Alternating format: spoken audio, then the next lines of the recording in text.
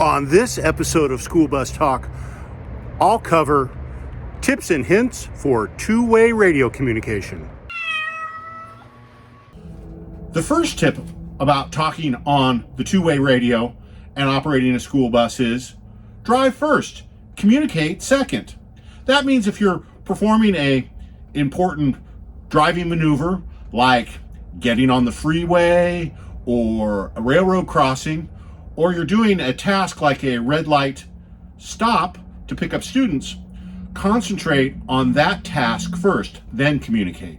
If you receive a radio call while you're doing that, make a quick call saying, please stand by, or just wait until you're able to do it safely.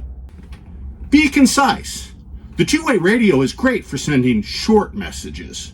Think about what you're going to say before you push the send button on the handset. Try to use as few words as possible. Is the message you're sending necessary? Is it too much information? The two-way radio is not a telephone. If you have a complex or complicated message, pull over your bus, park safely, and call on your cell phone. There's a meme on the internet that I like. Stop talking and say 10-4. Don't be like this guy.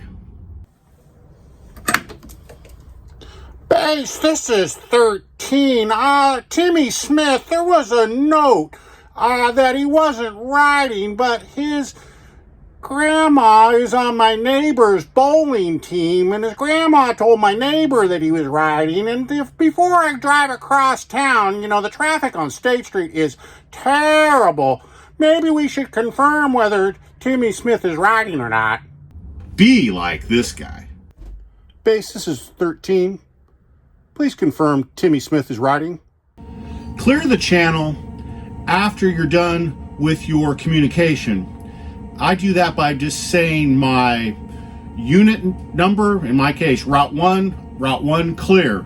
This lets everybody else that wants to use the radio that it's available for them to use. And when there's a lot of traffic on the two-way radio, saying clear and letting people know that you're done with your communication can make the use of the two-way radio a lot more efficient. Now, sometimes there's an urgent communication or emergency and you have to break. That means interrupting somebody. When I have to do that, I say break, Route 1, letting everybody know I have an urgent communication to make and I am interrupting the other normal traffic. Also, if there's an emergency and the two-way radio is being used, for example, for a driver that just had an accident or a traffic collision, clear the radio channel. If it's not another emergency, then wait until the crisis is over for your radio traffic. People are listening. The two-way radio system broadcasts over open radio frequencies. Anybody with a radio scanner can listen to your conversations and hear the information being exchanged. Avoid using children's first and last names, and don't discuss any confidential medical or disability information. Use plain language. So this brings up the whole issue of using 10 codes versus plain language.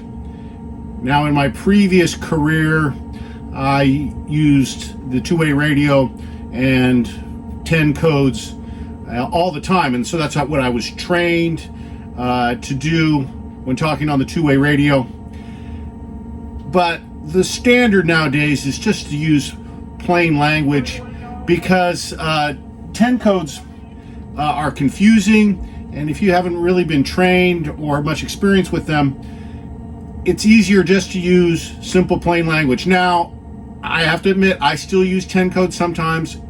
Old habits are hard to break. Yellow Base, Route 1.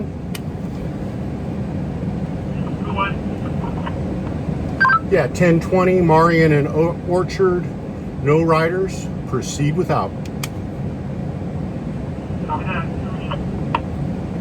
Route 1 clear.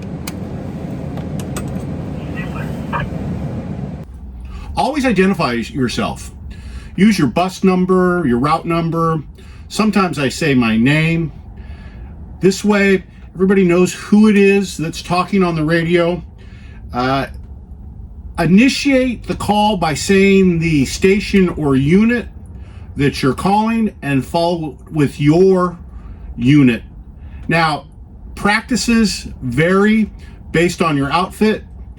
Some outfits use route numbers, some use bus numbers. So it just depends on what district or bus company you work for. That wraps up this episode of School Bus Talk.